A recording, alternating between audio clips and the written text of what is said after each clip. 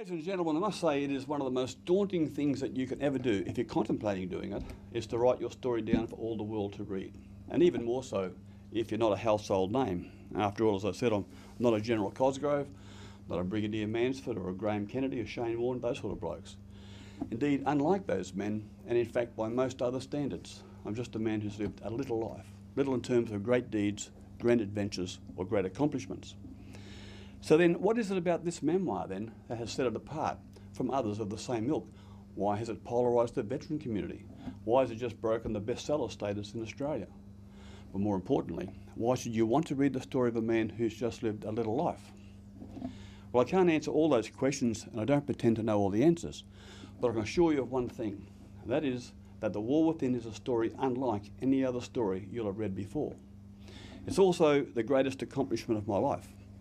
However, there's a certain irony involved in the fact that a greatest accomplishment has to record some matters that I'm not particularly proud of as a man or as a human being, and that does tend to tarnish the achievement to some extent. It's a book that touches on subjects and experiences that most other authors would perhaps steer clear of, but therein lies its appeal, because I will say things that others won't.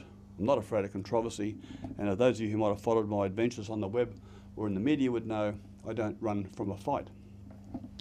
Author and journalist Paul Ham gave the speech at the launch of my book back in July of 2008, and he was intuitive enough to say, "The war within is about a man at war with himself, captive to a volatile nature, who has spent much of his life fighting authority, fighting rivals, fighting a war, fighting perceived injustices, and fighting at times the enemies of his mind." But don't get the wrong impression about my book. It's about a great deal more than fighting. There's a fair bit of loving in there as well. Probably more loving than my wife would care to admit, having allowed me to do so.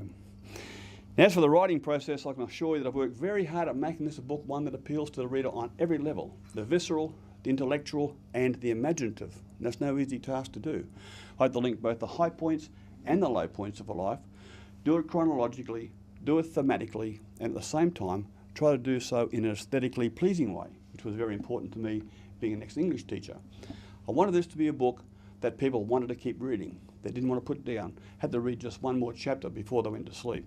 The book's received wonderful reviews across Australia, as you might have seen the review page, about 40 reviews at last count from various newspapers across Australia. And I'm very proud of those reviews, they mean a lot to me. But the one I hold most dear is the one that my editor, Sarah Baker, gave to me. And she's in the front row here, the audience today. She's turned up in one of my author talks for the very first time. And she means a lot to me. She described The War Within simply as the most extraordinary book that she had ever read or edited, and considers working on it to be the highlight of her professional working career. That's quite a rap from a woman who's been editing books for the major publishing houses in Australia for the last 26 years or so. You can be assured in this book, though, that I purposely sought to get at the detail of those events that every one of us has lived through at some point in time. For example, what it's like to swim naked as a boy in muddy creeks filled with red-bellied black snakes and waste materials and logs and so forth. Of the travails, of the struggles with the rites of passage from boyhood into puberty and then into manhood. What it is like to touch a woman's body for the first time. Of love and lust and life and of death. And when it comes to war section, then I want you there beside me on those lonely jungle tracks when the bullets are flying. I don't want you 20 metres down the track behind me. I want you to experience that cacophony of jungle warfare when machine guns open up in that jungle. I want you to smell the coilite in the air. And I want you to see the arc of tracer bullets cutting through the night sky like coloured wasps. But I also want you to feel the terror of knowing that your platoon commander has just ordered you to run into a Viet Cong killing field. And you know that when you breast that rise, you are going to be shot. Not a question of if, but a question to what degree. And you have no say in that because you're just a lowly infantry private.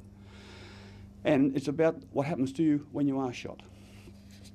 And it's also about the machinations of the male mind with regards to the pursuit of sex. And I know that women around Australia have been quite enlightened by this, and perhaps shocked to some extent, Helen, by what I've written. And I think, yes, I'd just say shocked when it comes to that particular subject. But underpinning it all is the desperation of a man seeking to belong in a world in which he can never really belong, in any sense of the word. It's a world that can find all manners of reasons to reject and marginalise him, and in doing so, imprison him in the same prison he was in some 50 years ago. I also made sure that this memoir was as honest as one can be. So in this memoir, you do get the warts of a life as well. And I know that there are some people who will flinch at those warts. But the fact is, we've all got them, warts or skeletons, whatever you want to call them. Perhaps you don't necessarily make them as public as I've done. Now, all that aside, it's still no mean thing, I must say, to stand naked in front of an audience, basically, and open myself up to the world, knowing that you will form opinions about me and make judgments based on what you read. Because all of us, after all, are prone to finger pointing and tut-tutting. And unfortunately, the old saying is true. No man is an island unto himself. A life that's lived for 6 decades, as mine is now, is shared with many others who have journeyed part of the way with him. And should they have been of any significance in that life whatsoever, become part of the very fabric of the life that was lived. So they too become important cogs in the narrative. This applies equally to family, to friends, old schoolmates, fellow veterans of the war, and old girlfriends. They all share the lamplight for a little while as the pages of a man's life are turned. Nevertheless, the writer has to also be prepared for repercussions, knowing that in exposing his own self to the world, he also opens those others up to some exposure as well.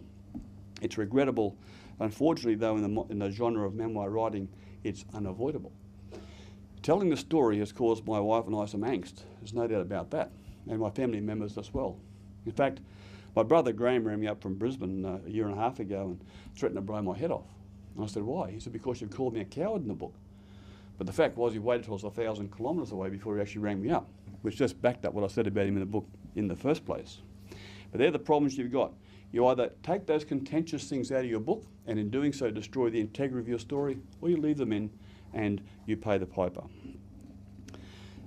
Now, there are some people who might suggest that in places I've been too honest with my recollections in this book and given out too much information, and my wife's one of those. And there are others who might think that I've been dishonest.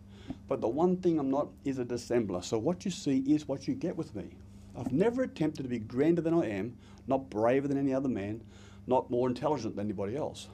In fact, rather than that, I've actually been self-deprecating to a fault in this memoir, consciously detailing my failures and my flaws and my mistakes, probably more so than any other man would dare to do. And if there are errors in this book, be assured that it wasn't deliberate, and there has to be errors. No one can write a book over a 50-year time span and get every little detail right. If you're up a tree with your mate at 12 years old and you're trying to recall that conversation, you can't possibly remember the detail. So you have to make it up to a certain extent, and you are given a creative license in that regard. If you're on picket duty in the lonely Vietnam bush at 21 years old, again, you can't remember what you and your mate were talking about. So in that case, again, you create the conversations to further the plot or to further the character development. But that does tend to people might say, well, that's not honest because that really didn't happen. So you have to allow the writer some leniency in that regard. I must say that writing The War Within was also a journey of self-discovery for me that took place across a 4-year time span. I had to open up many doors that I thought had long been closed to me and travel down many paths that I thought were way overgrown. Now, this was a good thing in some respects, but a negative thing in others. So that all said then, what is this book about, and why should anyone want to read it? Well, according to the Illawarra Mercury, where I lived down in Wollongong, they got the very first review into the public domain. They said, it's about sex, immorality, violence, revenge, remorse, regret, mateship, and that's all before I left primary school, by the way, pride, patriotism, conflict, love, loss, estrangement, and more sex, which covered a lot of territory. But ladies and gentlemen, the title of my book is The War Within. And in its most simplistic explanation, the title announces the struggle within a man to reconcile his attitudes towards the great philosophical cornerstones of our lives, things like morals and ethics, and even the spiritual questions that haunt us all, no matter how hard we might pretend that they don't. It's about the evolution of a man's mind and his character across an entire 50-year time span. So in effect, you grow up with me from the age of 10 and old till I'm about 60 years old. And it's about the struggle to overcome the genes that you're born with, the environment that you're raised in, and in my case, a litany of interesting and unusual trauma that occurred in my life, all of which, or any one of which, could so very easily have polluted or crippled that man completely. It's also, to some degree, a public confessional wherein one might point out all the failures in one's life and the consequences thereof. It's probably those failures in particular that have tended to capture the imagination of some readers. People do enjoy seeing another man fail, I've learned. As far as the actual writing is concerned, I must say that writing this book's been the culmination of a dream for me that began when I was about 10 years old.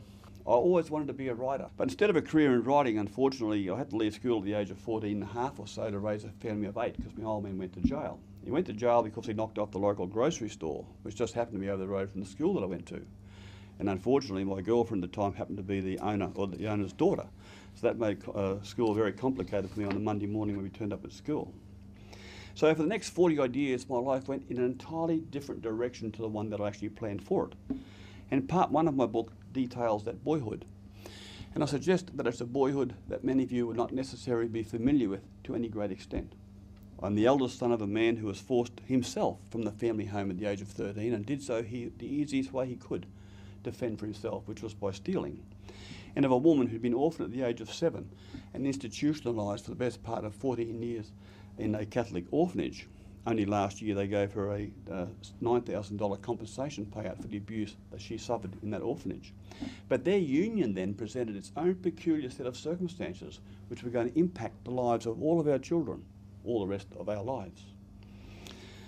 I was raised in a somewhat impoverished suburb of Brisbane called Allen Grove, and that's where I spent my formative years. Quite a unique environment. I know the people around Australia are all talking about it these days, and I went up there last weekend and it still exists today, pretty much as it did 40 years ago, with the addition of electricity and bitumen.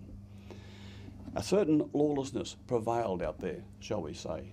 And I begin the story with an account of how I almost burnt my grandmother to death on a log fire on our property. And I guess that sets the scene then for what was going to occur in the rest of my life. People who didn't live out of Allen Grove used to call it hillbilly country. Ungraded dirt roads full of jagged rocks and tree roots, and a fine red dust hung everywhere across the suburb.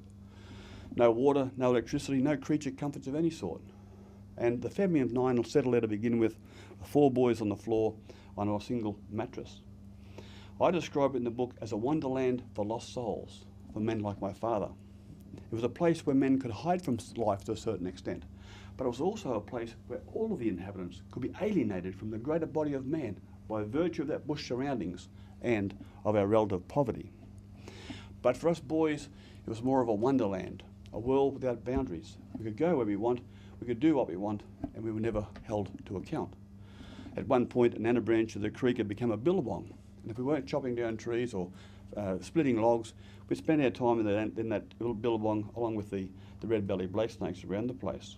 Its edges were lined with straggly paperbark trees and ghost gums, and one location a strand of tallowood trees. But we knocked those ones down first because koala bears used to congregate in those. And my father didn't have an environmentalist bone in his body.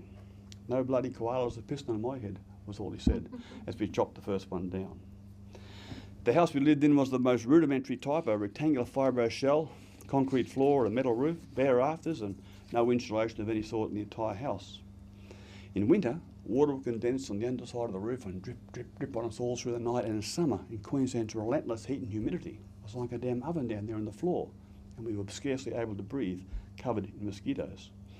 And for 5 of the 9 years that I lived at Allen Grove, my father was in jail, so the task of clearing the land fell to my brothers and I using axes and crosscut saws and fire being our particular weapon of choice. But this was the hard physical work that built muscles in the young man, and character to a certain extent.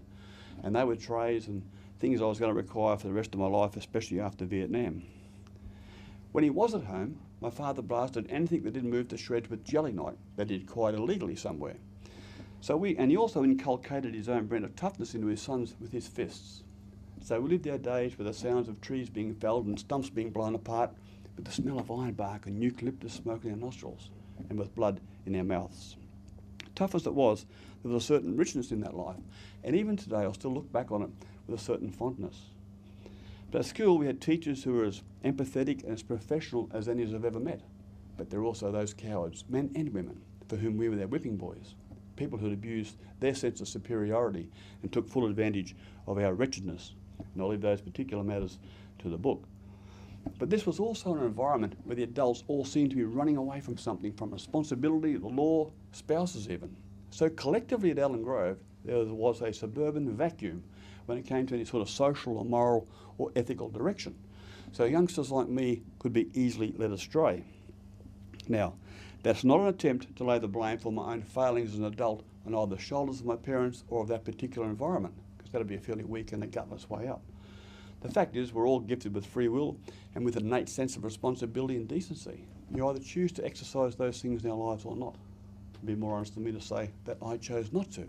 So there's going to be consequences for me in my life. The one thing I have learned is that, hide as we might, there are greater forces at work in our lives than we care to admit or confront. But it was also certainly a time when some of the great questions of life began to manifest themselves. Who are we really? What's the point of all this? And is there some hand that guides us or plays with us as he sees fit? Out there in the bush at Ellen Grove, I'm forced to confront that issue as I dodge exploding windmills and collapsing tunnels and storms and car crashes and other near-death experiences. And that's all before I even set foot anywhere near the Vietnam War. It's a theme that I pursue right throughout this book, but which I must say, sadly, is never completely resolved satisfactorily, much to my wife's chagrin. Now, ladies and gentlemen, it's a truism that we're all products of our past, but we don't have to be prisoners of that past. And in that vein, the young man takes a step into manhood to some extent and leaves Ellen Grove behind him, so he thinks, when he decides to enlist in the Australian Army to better himself and the family name. He thinks that by doing that, he can constructively and positively enhance that name. An American diarist of 2 centuries ago said that patriotism is the last refuge of the scoundrel. I'm not suggesting that I was a scoundrel when I joined the army, although perhaps there are others who might. But patriotism was certainly the reason why I went to Vietnam. Despite their rough upbringing, somehow I'd become imbued with the notion of patriotism, that there was nothing nobler a man could do in his lifetime than to fight for his country, by becoming part of that band of brothers who was prepared to sacrifice all and embark on the most noble of enterprises and go to war.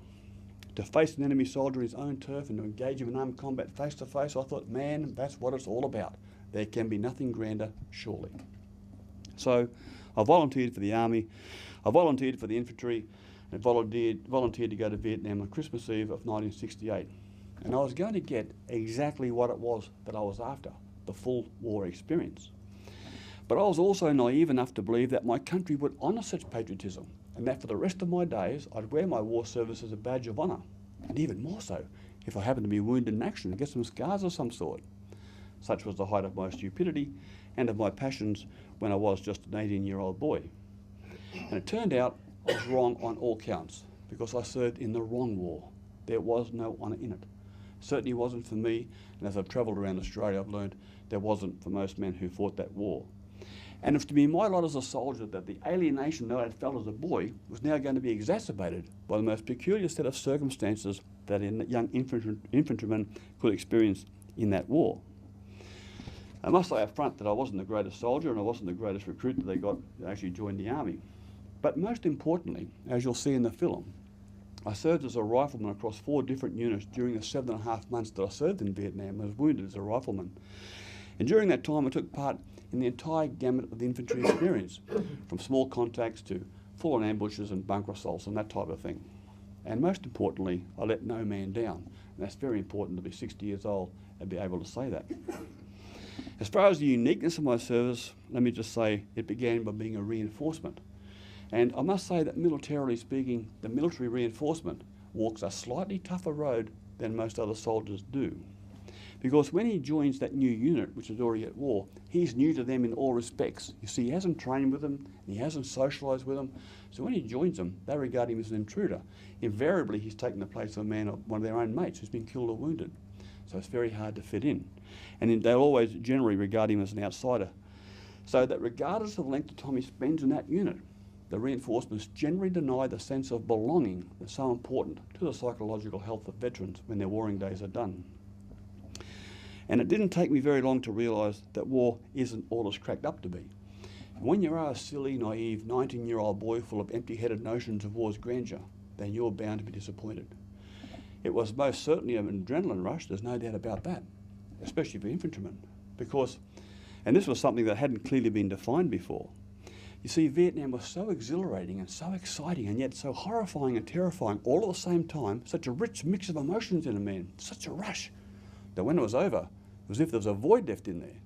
And many men have struggled to fill that void ever since, be it with drugs or alcohol, chasing careers or chasing women, gambling, risk-taking, all of those sort of things.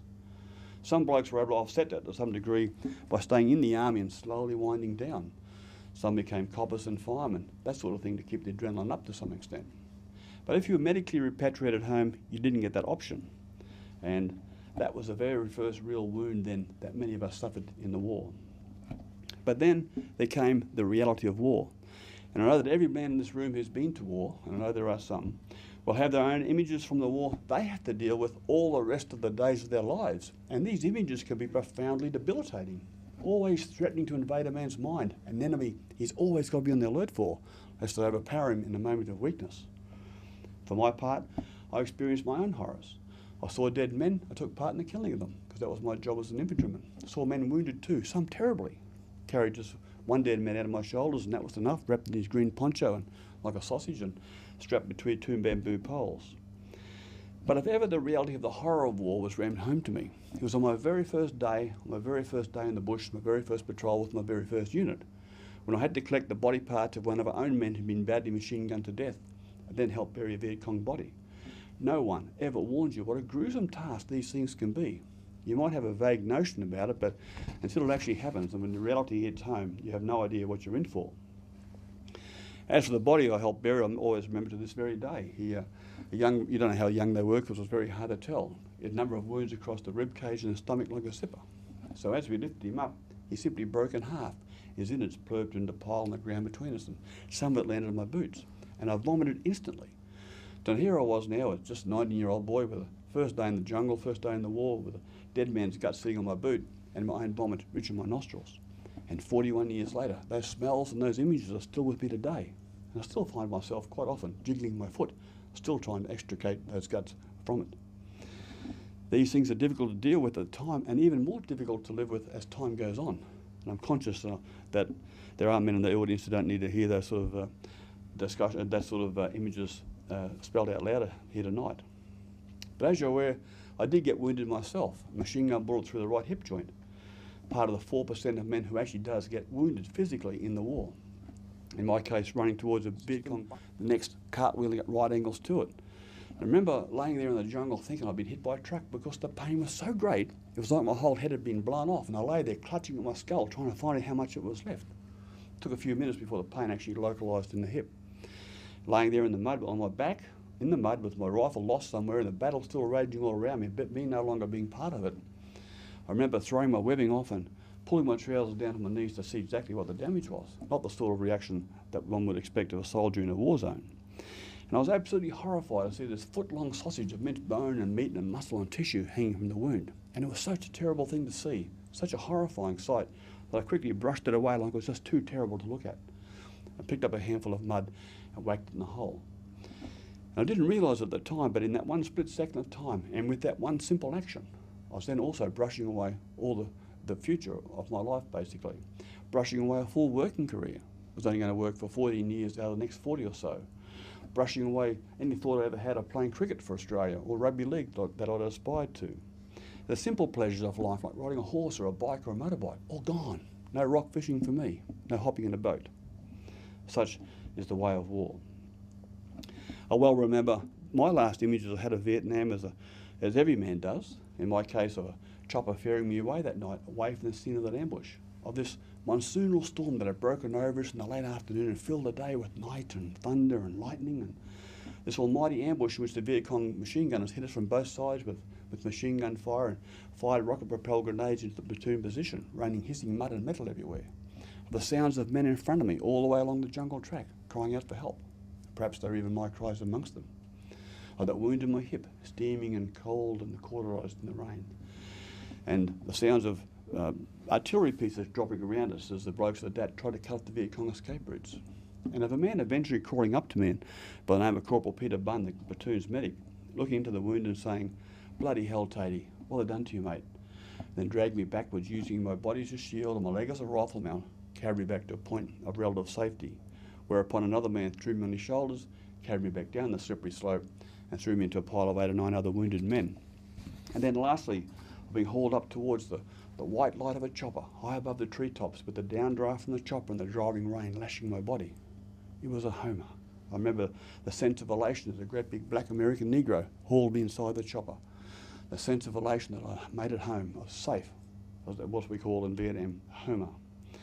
But such is the sheer indiscriminate nature of war, that there was a certain sadness there too, because while a bloke like me had got out alive, a very, very good man that night died on that lonely jungle track. But while I thought the war was now over for me, the reality was it was really just about to begin. Now, I wasn't the only soldier wounded in that war, and I certainly wasn't wounded the worst. I'm reminded of this quite often by blokes who say, you know, you weren't the only bloke wounded. Well, of course I'd know that. But I spent more than 2.5 years in hospital, and that's a fair whack out of a man's life. 2.5 years laying on your back in hospital beds. Another couple of years after that, readjusting to life with a disability. A few more years learning new skills and getting an education. Before I knew it, 14 years of my life had disappeared like a puff of smoke. 14 years watching my mates from school move on with their lives. 14 years of watching my fellow veterans mostly move on with their lives. But for my wife and I and our kids, time just stood still. My 21st and my 22nd birthdays came and went in that hospital bed. They let me out for a few hours on my 21st birthday to attend a party my parents had put on for me. But other than that, I was stuck in that damn hospital bed. And what youth I had left after the war is now a fog of operations and skin graft and endless nights of rage and frustration as the last days of my youth slipped away. These are days that you can never get back.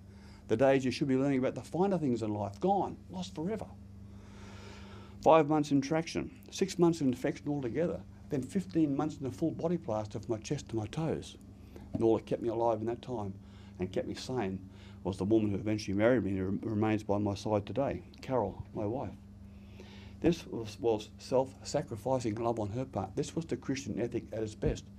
Because here was a woman who put aside her own worldly abilities and her talents so that she could just steer one man through those turbulent years and the seas that lay ahead of us.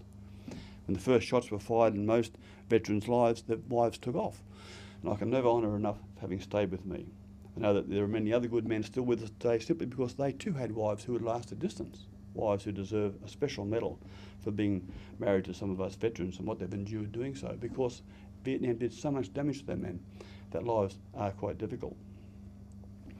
Now, over the last 40 years, it's fair to say I had to do a fair share of fighting, most of it in relation to the serious maladministration of my army records. And I won't go into all the details today, but so if I give you an example, when I was first wounded that night, my hospital records state wounded assaulting a Viet Cong bunker system.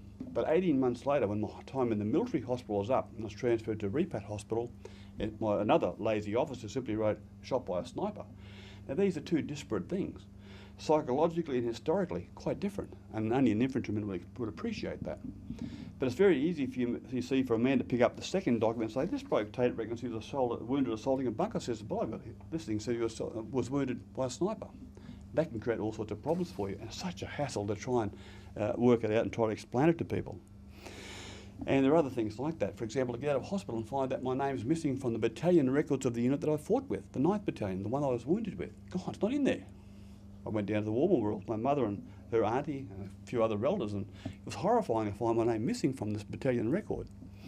Then I found that the second unit that I fought with had completely disappeared from the history books. In essence, invalidating my entire service in the war. All that time in hospital, gone, wasted, for what? These are some of the maladministration I had to deal with. And it's taken me the best part of 40 years to get it all sorted out. But nowhere was that maladministration more manifest than in the editing out of one single platoon of men from all histories of that war. And the battle to win that, the battle to have it reinstated, only being won on May the 29th in 2008. 29 years to the day that platoon fought its most famous battle. To find that historians would deliberately affect the histories of the war for no other reason than to protect the reputations of two officers and to enhance the medal prospects of the same two men was to invalidate the service records of 39 ordinary infantry privates for the best part of 4 decades. And to this day, even though the platoon's been reinstated into the history books, the question remains unanswered. Why was that so? And you'll see in the film in a little while, I'll try to answer some of those questions. There are so many contentions to it. I obviously haven't got time to explain it all here today. Suffice to say, you can go home, look up the ABC's website, look up a story done in 2008 called The Ghost Platoon, and that will answer some of your questions. In essence, an ad hoc platoon of about 39 men, placed on armoured personnel carriers, was sent out against an enemy force between 600 and 800 men known to be congregating in a certain area, heavily outnumbered by more than 10 to 1. Yet at the very same time, there was another platoon sitting there in the task force headquarters called the D&E platoon. And that had an officer guarding, an officer looking after it, fully functional, machine guns, the whole works, fully organised. But for some reason, the brass didn't send this platoon out against that force. It chose instead to use this motley crew that had just been quickly thrown together. They didn't even have an officer to lead us. Luckily for us, a bloke by the name of Corporal Jim Riddle, an English Marine, stepped up to the plate and took over the running of this platoon for the next 6 weeks. I'm not going to go into the detail of that matter any further, but let me just ask you this. Form your own conclusions about that. Why would the brass pick this platoon and not that one, the other one? But I will say this, and make no mistakes about it, in righting the wrongs of my own service history, I have earned the ire of certain elements within the veteran community. Cowards here and there, hiding behind the anonymity, hiding behind offshore websites, throwing rocks at me. And it's very difficult to deal with. They attack me from all angles, and it's very hard to fight this, because what they're trying to do is to deflect my criticisms of the military by doing the age-old tactic of, vilifying the person bringing the message, shoot the messenger type of thing.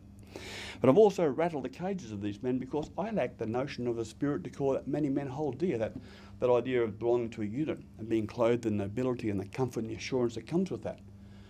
But you see, I don't share that spirit de corps, because when one spends his time across 4 different units, is wounded, spends the last half of his military career in a hospital bed, finds his name missing from the battalion records that he fought with, finds another unit missing altogether, that does tend to colour the way you feel about the armed forces.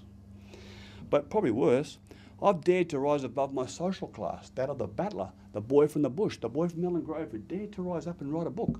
Damn, became a bestseller. That made it even worse. So that's engendered some jealousy and enmity even within those ranks. Who the hell does this bloke think he's writing a book? He's just a private. Writing about books is the domain of the officers, the General Cosgroves of the world, not blokes like me. The fact that it's become a bestseller, to me, is just probably the best thing that could have happened. I just go, like this now, to the General Cosgroves of the world. So me and the veteran community have come to blows to a certain extent. And if my lack of respect for the military offends some men, that's just too damn bad, because this has been my experience. This is my story, and I'll tell it the way I want. As it stands today, The War Within is one of those very few books that can force a government to amend the histories of the war. And that's no easy thing to do. But the price I paid for that has been exclusion from the Brotherhood of Warriors, because I have shattered so many illusions about the proud Anzac traditions that so many men hold dear. Was it worth it? Time will tell. But let me ask you this. How would you have felt if you'd been that young 19-year-old boy who marched off to war with grand notions of the Anzac legend in your brain from Gallipoli and Kokoda and the Rats of Tobruk, and found that to some extent it's all a myth? How would you have felt if the army that you trusted to be an institution of integrity and honour turned out to be a bloody monster which can eat its most impressionable and most vulnerable of soldiers, but which isn't above giving the gallantry awards to the officer ranks unfairly and demonstrably disproportionately, allowing them cushy rides through society later on? I've examined this matter from all angles for the last 10 years or so, and believe you me, there are many officers wearing gallantry medals that you should be very suspicious about. It's very easy for officers to write gallantry medals for other officers. Not so hard to do it for, a lot harder to do it for a private. The aftermath of being wounded to such an extent as I was, and the treatment that I received afterwards, has convinced me that the treatment meted out to all veterans of this country of ours, in respect of compensation for war wounds and superannuation, is just scandalous. And these politicians who will stand there and applaud men when they leave and applaud them when they come home again, believe you me, turn their backs on those men once they do come home, when their grandstanding days are done. It's why many veterans remain, to a large extent, alienated and embittered members of society still. Now, if I hadn't already been alienated enough from the greater body of man by the circumstances of my youth, trust me, I was most certainly alienated now by virtue of having fought in that most unpopular war, and by having been disabled by it. And so it was that in part 3 of the book, I find myself back out in the bush at Ellen Grove again. I thought I'd left it behind me. There it was, a year and a half later, back out there again. Finding now that my father has mellowed to some degree, and now he has to spend 8 hours a day looking after my war wounds, 2 hours a time, 4 times a day. Having to reconcile all that's gone down in my life, and having to come to terms with what life was going to dish out at me next. First having to rehabilitate from those physical wounds, but now where the full psychological import begins to take effect. Then back out there again 30 years later, I got stabbed twice in the back walking down the main street of Brisbane at full daylight in 1999, an event which was relatively modest in effect, but which was the straw that broke this particular camel's back. But part 3 is where I'm able to draw together all the threads and the themes that I've been weaving right throughout this book, where the consequences of having lived that life as a boy without any direction in my life is now made manifest, where the unchecked emotions of anger and frustration that grew in that hospital bed are now allowed to fester in a man's heart and be let loose on the world as rage and as malice. How the bastardisation of history can so greatly impact a man's life, and where inherent immorality and lust, I guess, might be more prettily disguised as promiscuity or infidelity. I also tried explaining it to Carol once, to male menopause, which didn't get me too far. In this part of the book, I try to explain how life has a way of exacting its own measure of vengeance for deeds done wrong, about what being a man really means, and to what extent do faith and circumstance influence our lives. You know, it's another truism that some rain has to fall in all our lives, and no doubt every person in this room has experienced that to some extent. For my part now, it's been some 41 years with debilitating pain from those war wounds, and I think that's fair enough. That's penance, if you like. I deserve that. You do get what you deserve one way or another. I've endured it and having teeth get kicked out and been bashed, and steel bars and fists and timber have been blown up, I've been machine gunned and stabbed, all these sort of things. And I think that's just part of the cyclical merry-go-round of life. So I don't let it affect me all that much. My father taught me that there's no point in letting it affect you, because you only have one option, is to stay down there or to get back up again. So at least it's something that he did teach me that I took full advantage of. As far as what being a man really means, I found that to be one of those vexing questions that bothers all men from time to time. When do we stop being boys and become men? Of course, most women usually think it doesn't happen, that we usually stay being boys. My father taught me that your ability to throw a punch and to take one was one measure that defined you as a man, and another was how many women you could catch in school with. They were the two things that he considered to be the two things that made you a man. And I did my best to live up those expectations on both counts, and I'm embarrassed to say that. But that didn't prove a damn thing. I thought going to war would make me a man, but that didn't do it either, because even a fool can do that. In my case, a fool probably did. What I've concluded is that each man has to gauge his own manhood by his own measure. And I think it's a bit sad now, it's taken me some 50 years to realise that it's about having a sense of responsibility to your wife and to family and to community. It's about rising above the hand that you were dealt with as a boy and assuring that your own children rise even higher still. As I say, it's a bit sad that that revelation has taken so long to kick in. As for the other matter, that interrelationship between faith and circumstance, I do explore the curious balance that exists for every one of us, whether shit happens, excuse the language, in our lives, or whether there is some divine force at work. I guess I've had to confront that question on many occasions during my life. You see, when I was wounded that night in the war, another man died in my place through the most curious set of circumstances. He was the only son of his family. Yet I'm the eldest of 5 boys, but he dies and I survive. Was that fate? Was it because I had a praying mother back home in Brisbane? I did get stabbed twice in the back and didn't lose an organ or get my spinal cord cut. Was that fate? Was it because I had a praying Christian wife back home in Wollongong? I fell down 3 flights of stairs on a Canberra worksite and landed on top of my head on a concrete slab and woke up with a neck brace on, but no feeling from my neck down. Yet walked out of that hospital 6 hours later with nothing more than a headache. Was that fate?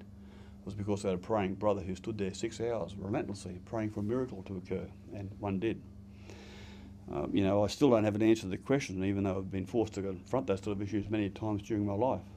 My wife reckons I need a sledgehammer to the skull to get the message through. In conclusion, I must say that writing The War Within has allowed me to do what all the psychologists and the psychiatrists and open and closed therapy sessions that they send us veterans to can never really do. And that's to put some of the anger and the bitterness aside. It's as if in writing these words down with as much honesty and with as much detail as I can, I've exercised those sins and those demons to a great extent. So for me, there's been quite some considerable healing. Instead of being a victim of the war, I've become a victor of the war. There are also those men I've met along the way who said that despite the traumas of my life, I'm remarkably well balanced in relation to many of my fellow veterans. And they want to know, how can this be so? And all I can say is that the first line of my book is that I'm not a philosopher, but there are some conclusions I've come to along the way.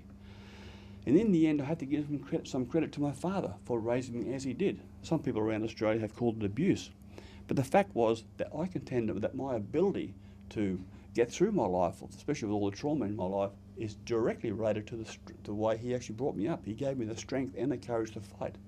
The trouble was, of course, I never learnt to turn that switch off, and that, of course, is the danger. But secondly, I think it's important to forgive. Forgive yourself in particular. I'm talking about veterans in the room in particular. Forgive yourself for not seeing that mine or that booby trap or that sniper or that bunker complex. Forgive yourself for surviving when others didn't. Forgive yourself for going R&R, leaving your mates behind. Forgive yourself for doing those things we might have done 40 years ago, which might have offended our own sense of moral conscience, because that was a very strange time in our life, and those natural, normal rules of life didn't necessarily apply. And then forgive others. Thus endeth that lesson. Now, if I could come back to the book to conclude, Paul Ham probably sums it up better than most when he says, "The War Within is a very courageous book, one that honestly lays bare the beast within, and presents the notion that a good man can outlive the beast and surmount the demons of the past. It's a memoir that is at once dramatic, disturbing, sexually charged, often very funny, but ultimately the moving portrait of a man who's found the inner strength to overcome."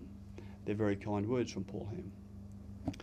Guys, those of you who read The War Within will no doubt find it compelling, as it's been described around Australia. Harrowing at times, no doubt about that. Confronting in places, sure is. I can't deny that. I'll take you to the life of a boy that will shock you to some extent. I'll take you to the jungles of Vietnam. You can be horrified there and terrified with me as well. And I'll take you to the rest of my life after the war, and you can shake your head in disbelief. You'll laugh and you'll cry. But perhaps you'll also agree with my contention that a man is not defined by where he comes from in life, but by where he ends up and about the processes he undergoes getting from point A to point B. In my case, from a very harsh upbringing to that of a best-selling author now. But most of you, I think, more than anything, you'll be glad that this wasn't your life, that you didn't have to fight this war. Thank you very much.